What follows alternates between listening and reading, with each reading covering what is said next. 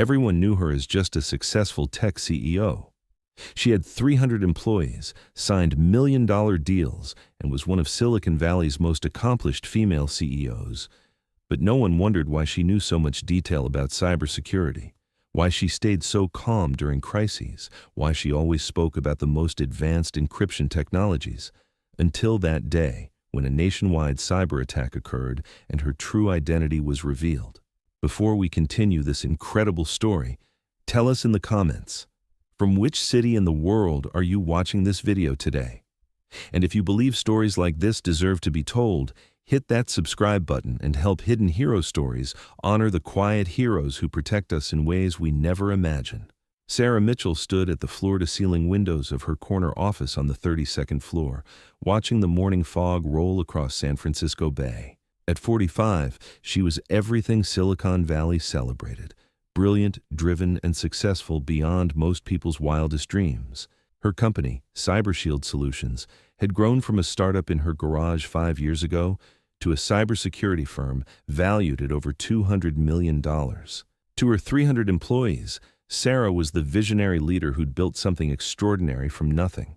To tech journalists, she was the accomplished executive who'd cracked the code on enterprise security. To investors, she was the proven leader who consistently delivered returns that made grown men weep with joy. But none of them knew the real story. Sarah's assistant knocked and entered with her usual morning efficiency. "Your 10 a.m. with the Department of Defense contractors is confirmed," Jennifer said, setting down a steaming cup of coffee. "And the Pentagon Procurement Office called to reschedule next week's presentation." "Thank you, Jen," Sarah replied, never taking her eyes off the view. These government contracts had become increasingly important to CyberShield's growth, though Sarah was always careful about how much she revealed during those meetings. Some knowledge was better kept quiet. The irony wasn't lost on her. She'd spent 12 years serving her country at the highest levels of military cybersecurity, rising from second lieutenant to colonel. And now she was selling protection services back to the same government she'd once sworn to defend. Life had a curious way of coming full circle. Her phone buzzed with a text from her CTO, Marcus Chen. "Anomalous traffic patterns on the federal monitoring systems. Nothing urgent, but thought you should know." Sarah frowned. Marcus was brilliant, but he didn't have the background to recognize certain signature patterns that she'd learned to identify during her years at Air Force Cyber Command. She made a mental note to review the data herself later. The morning progressed with its usual rhythm of meetings, strategic planning, and investor calls. Sarah had perfected the art of being exactly what people expected to see: a successful tech executive who understood cybersecurity from a business perspective. She spoke the language of profit margins and market penetration, of scalable solutions and competitive advantages. What she didn't talk about were the 12 years she'd spent rising through the ranks of the Air Force, the last 5 as Colonel Sarah Mitchell, commanding the Air Force's most classified cyber warfare operations. The months she'd worked 18-hour days tracking state-sponsored hackers across 17 countries. The night she'd prevented a coordinated attack on the U.S. power grid by staying awake for 72 hours straight, living on coffee and pure determination. That was a different life, or so she told herself. At 11:47 a.m. Pacific Time, everything changed. Sarah was in her weekly executive meeting when Marcus burst through the conference room doors, his face pale and his usual calm demeanor completely shattered. "Sarah, we have a problem, a big one." The entire executive team turned to look at Marcus, who was holding his laptop like it contained a bomb. "The federal monitoring systems aren't just showing anomalous traffic. They're being systematically dismantled. Banks, hospitals, power companies, everything is going dark." Sarah felt a familiar chill run down her spine. She knew that feeling. It was the same sensation she'd experienced in the Pentagon's Cyber Operations Center when they'd detected the first signs of coordinated nation-state attacks. "Show me," she said, her voice suddenly carrying an authority that made everyone in the room sit up straighter. Marcus connected his laptop to the conference room display, and Sarah watched as cascading red alerts filled the screen. The attack patterns were sophisticated, multi-vectored, and coordinated with military precision. Whoever was doing this wasn't some basement hacker or criminal organization. This was warfare. "How long has this been happening?" Sarah asked, studying the data streams with an intensity that surprised her executives. "The first signs appeared about 20 minutes ago, but the acceleration suggests this has been planned for months, maybe longer." Sarah's mind raced through possibilities, defensive strategies, and countermeasures. Without thinking, she began analyzing the attack vectors using frameworks she'd learned at the Pentagon, classification systems she wasn't supposed to know, and threat models that were still classified. "This is a multi-stage operation," she said, almost to herself. "The initial penetration is designed to establish persistent access while remaining below detection thresholds. The secondary wave will target critical infrastructure, and the third wave—" She paused, realizing that everyone in the room was staring at her. "Sarah," said David Wong, her chief financial officer, "how do you know all that?" Before Sarah could answer, her personal phone rang. The caller ID showed a number she hadn't seen in 5 years. Pentagon Cyber Operations Center. "Excuse me," she said, stepping out of the conference room to take the call. "Colonel Mitchell? This is General Patricia Hayes, Air Force Cyber Command. We need you." Sarah closed her eyes. She'd known this call would come eventually. "General, I'm retired. I run a private company now. We're tracking the largest coordinated cyber attack in U.S. history. 17 critical infrastructure sectors are under assault simultaneously. The attack signatures match patterns you identified in your classified research on Advanced Persistent Threat Group 47. Sarah felt the weight of 5 years of civilian life lifting off her shoulders like a heavy coat she'd been wearing too long. "What's the current threat assessment level?" "DEFCON 2 for cyber operations. The president is being briefed in the Situation Room in 30 minutes. We need your expertise, Sarah. No one else has your experience with this particular threat actor." Through the conference room windows, Sarah could see her executive team huddled around Marcus's laptop, their faces growing more worried by the minute. These people trusted her to lead them, to protect the company they'd all built together. But outside these walls, millions of Americans were depending on systems that were currently under attack by an enemy she'd been tracking for the better part of a decade. "I'll help," she said quietly, "but I need to handle some things here first." "Colonel, we don't have time for—" "General, with respect, you called me. These are my terms."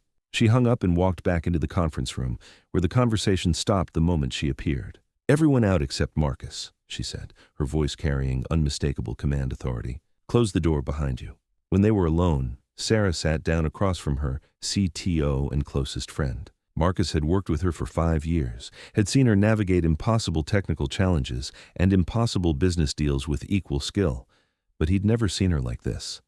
"Marcus, what I'm about to tell you cannot leave this room. Not ever. Do you understand?"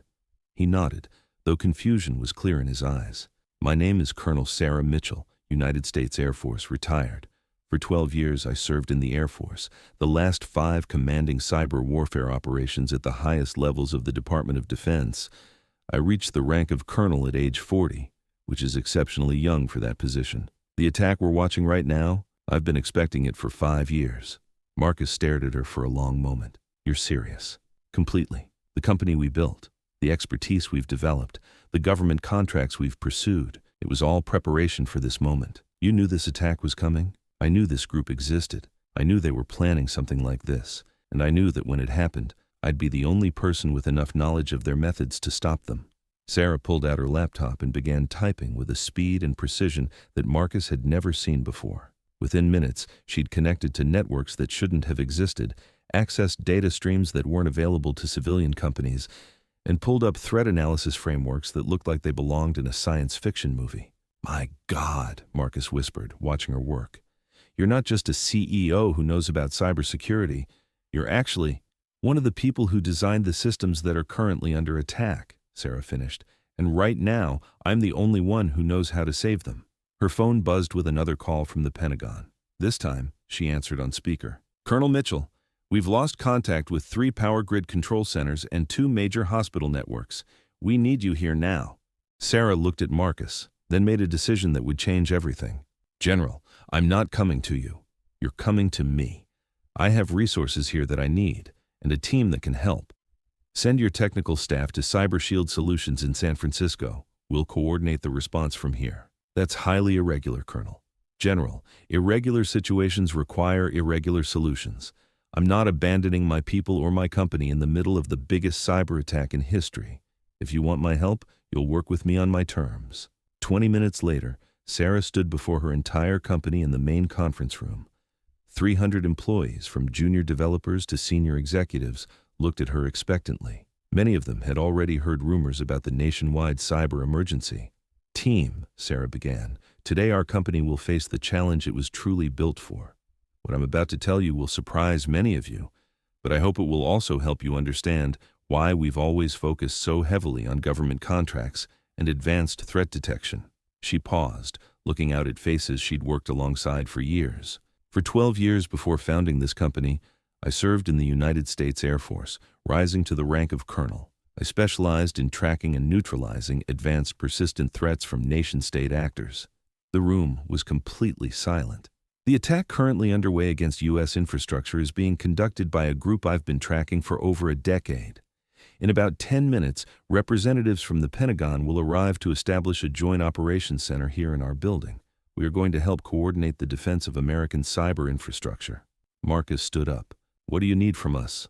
"Everything," Sarah replied. "Every skill, every tool, every hour you can give.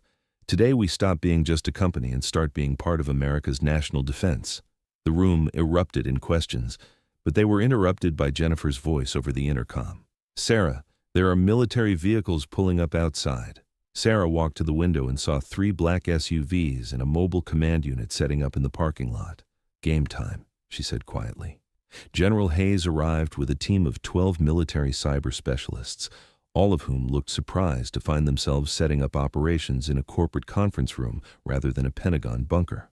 "Colonel Mitchell," General Hayes said, extending her hand. "It's good to see you again." "General, what's our current status?" 17 infrastructure sectors compromised, with evidence of coordinated timing suggesting a single controlling entity. The attack vectors match the APT-47 signatures from your classified research, but the scale is beyond anything we've seen before. Sarah nodded, pulling up data on the main conference room display.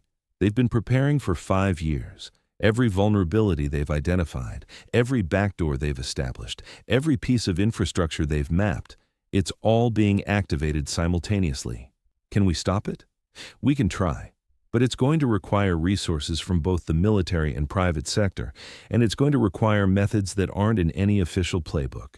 Over the next 6 hours, CyberShield Solutions transformed from a private company into the nerve center of America's cyber defense.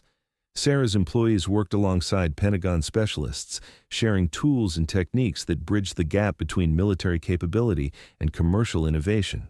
Sarah herself seemed to transform before her employees' eyes.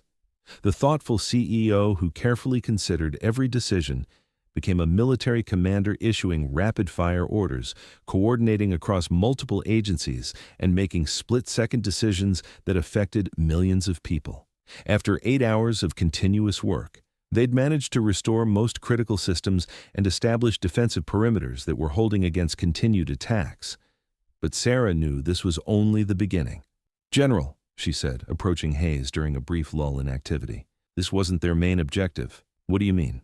"This whole attack, the infrastructure targets, the coordination, the timing, it was designed to make us reveal our defensive capabilities. They wanted to see how we'd respond, what tools we'd use, how we'd coordinate between military and civilian resources." General Hayes felt a chill. "You're saying this was reconnaissance?" "I'm saying we just showed them everything they need to know for the real attack." As if on cue, alarms began sounding throughout the improvised command center, the displays filled with new red alerts. But these were different. Instead of targeting infrastructure, the new attack was focused on something much more dangerous: the defensive systems they'd just used to repel the first wave. "They're targeting our countermeasures," Sarah said, her voice carrying the weight of terrible understanding. "Everything we just used to protect the country. They're turning it against us." The next 12 hours would test every skill Sarah had learned in 12 years of military service and 5 years of building one of the world's most advanced cybersecurity companies.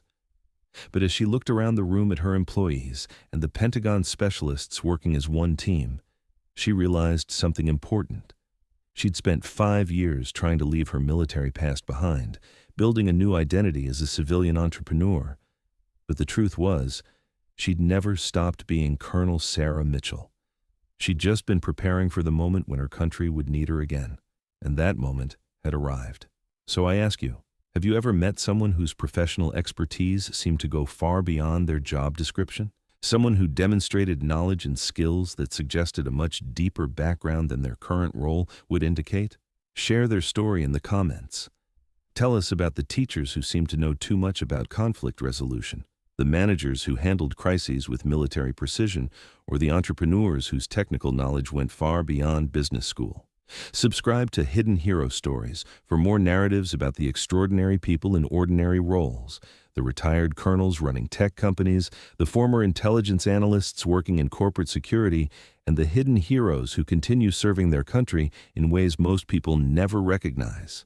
Thank you for watching, and remember, the next time you meet someone with unusually deep expertise in their field, consider that they might be carrying knowledge and experience from a previous life of service that prepared them for exactly the challenges they're facing today. Heroes don't always wear uniforms. Sometimes they wear business suits and carry laptops, ready to defend their country with code instead of weapons.